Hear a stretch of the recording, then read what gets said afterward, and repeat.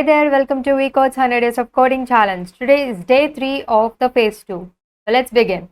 So the first question is develop a Java program illustrating advanced inheritance and polymorphism by modeling different shapes.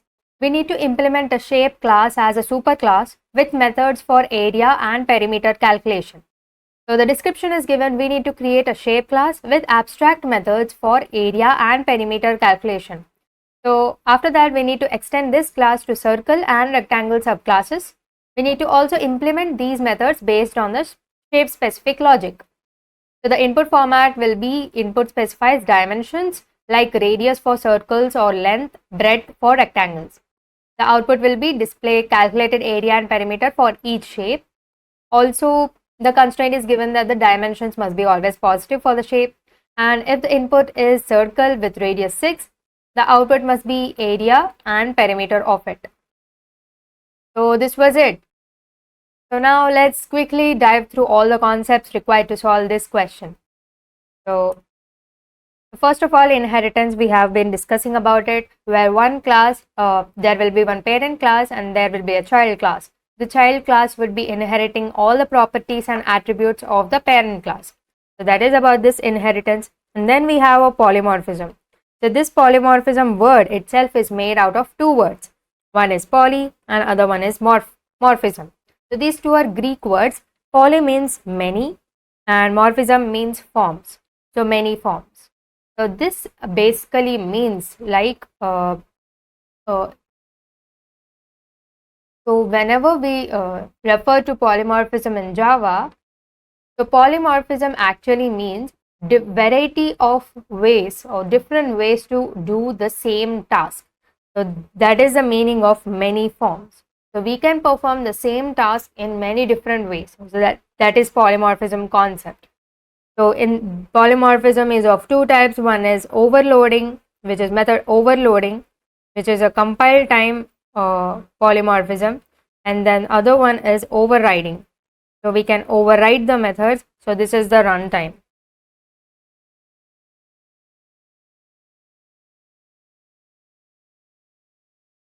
So we have the next concept is polymorphism, where the first word is poly and the next word is morphism. These both words are Greek words. Poly means many and morphism means forms. So in Java, polymorphism means doing the same task in many different ways. So if you want to calculate area of something, so if there are multiple ways of doing, then that is polymorphism. So there are two types of polymorphism. One is method overloading and the other one is method overriding. So in this question, we are going to see about overriding. So method overriding is actually a runtime polymorphism. We need to remember that. So now the next concept here is we have a concept called abstraction. So the concept is abstraction. So many times we have few classes where we don't actually need it, or the user don't actually need to see it. The abstraction is a concept where we hide certain details from the user. So the useless details can be hidden using abstraction. So this can be implemented in two ways. So one is the abstract keyword. So we can directly put the abstract keyword in front of classes or even methods to make it abstract or to hide it. Else we can use interfaces. So this is like pure form of abstraction we can do. Using the abstract keyword in a class, if we make an class abstract, then we can have both abstract methods as well as non-abstract methods. But it is not possible with the interfaces because it is pure abstraction. So this was about the overview of the concepts we have to use in this question. So now let's dive into the question. So develop a Java program. So I have already created a Java file called shapes.java. So now the first thing we need to do is we need to create a class which is a blueprint of the shape. So let me create class shape. So what all attributes does this shape class has? So shape class has area and perimeter methods, right? So now let's create methods. So what shall be the return type of calculate area and calculate perimeter? So let me take it double. So double, calculate area, and double, calculate perimeter. So it is given in the question that these both methods are abstract. So we can make them abstract using the abstract keyword, and then here also abstract keyword. So for the methods to be abstract inside a class, even the class must be abstract. So you can observe from this here, the abstract method calculate area in type shape can be only defined by an abstract class. So here the class should also be an abstract class. So what this abstract is doing is, we can't, so we don't need this shape class, right? We can create shapes out of it, like, so we can create here class circle extends shape. And then we can create circle objects out of this shape, but we don't really need this shape class anytime. If we take some shape and if we say length and breadth of the shape, it doesn't make any sense. But if we make a circle and then we define some radius for it, so then it makes some sense. So this shape class is not actually needed for us. That's why we had used abstraction concept. And now in the circle, what do we have? So we have something called radius, right? So double radius. Okay. So now let me declare the constructor for the circle to initialize the object's values. So it will be double radius, and this dot radius equals radius. So this circle class is inheriting the properties of its parent class, which is shape. So it will have this calculate area and calculate a perimeter methods. So I will write those methods here. So double calculate area. So what is the calculate area doing? So it will return what is the area of circle. It is pi r square. So math dot pi into what is the radius? It is radius into radius again. So we had written the double calculate area, and then we had returned the area. And what is the other method? Calculate perimeter. So let me write that also.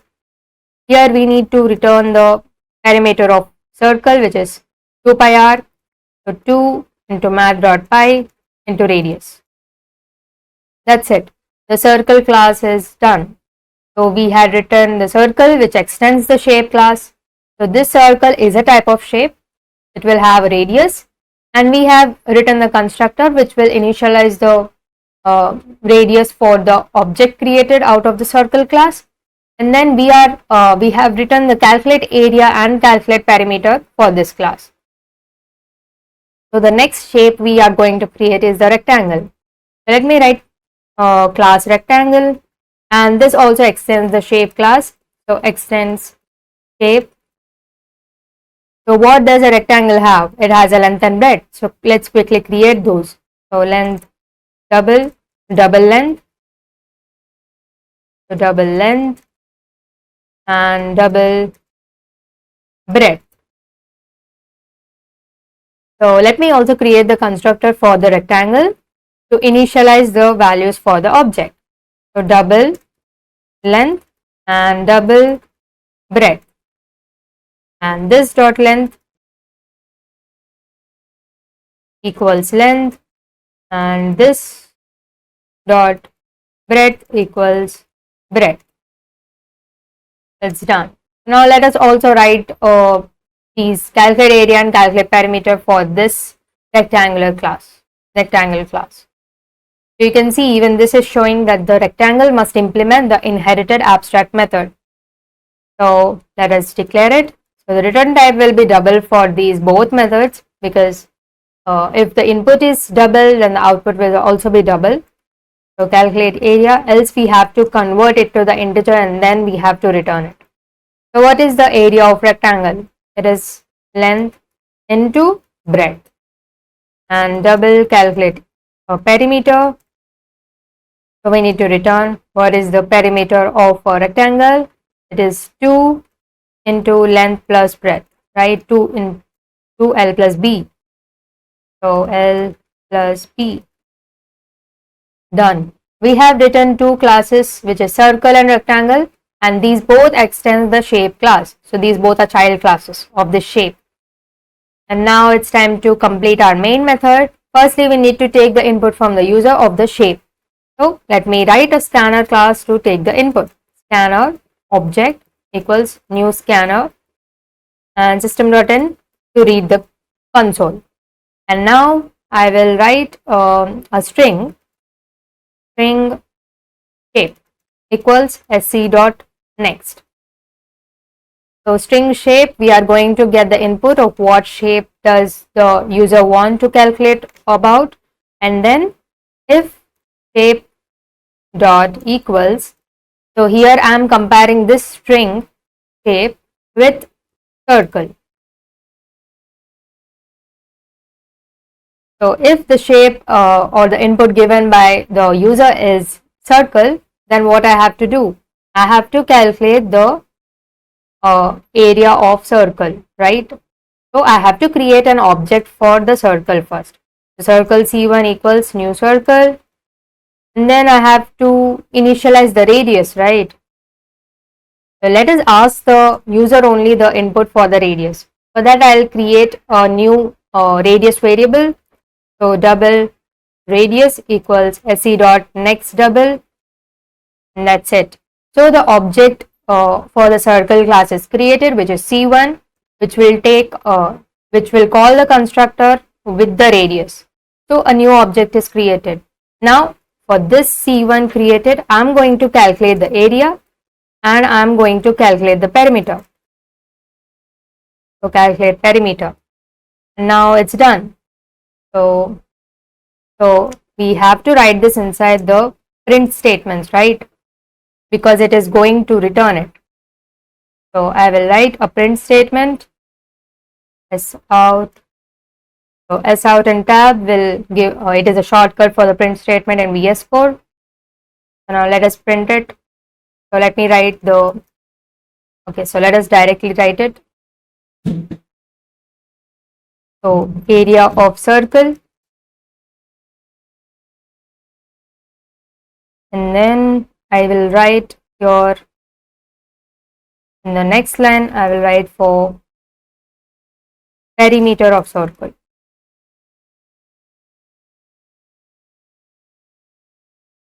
Plus I will copy this. That's it.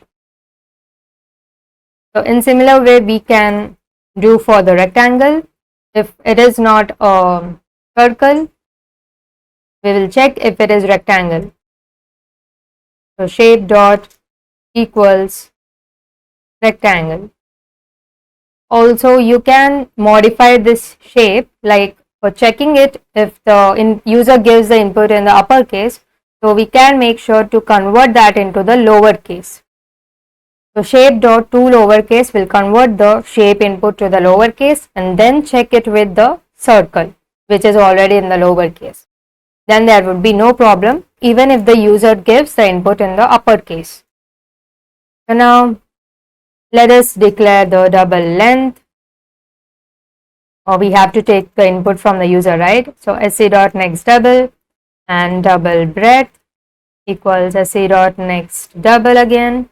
So now I have to create an object for the rectangle. So let me create a rectangle. So R1 equals new rectangle. So length and breadth. So the constructor is called with the length and breadth. So the object's length and breadth are defined. Now let me write the print statement. So area of rectangle plus, so I will call the area of this R1 rectangle, which is calculate area, and then the perimeter of this rectangle, perimeter of rectangle plus the R1 dot calculate perimeter method. So that's it. So that's it for this code. So now we can run and check this code if it is working or not. So Java C shapes.java. I have compiled the code. Now let's run it. So I have to give the input here. So let me give the input as circle. So let me give it in the capital letters. I have given the circle. So now it will take the input for the radius. So let me give the radius as 7. So you can see the output area of circle is 153 and the perimeter of circle is 43.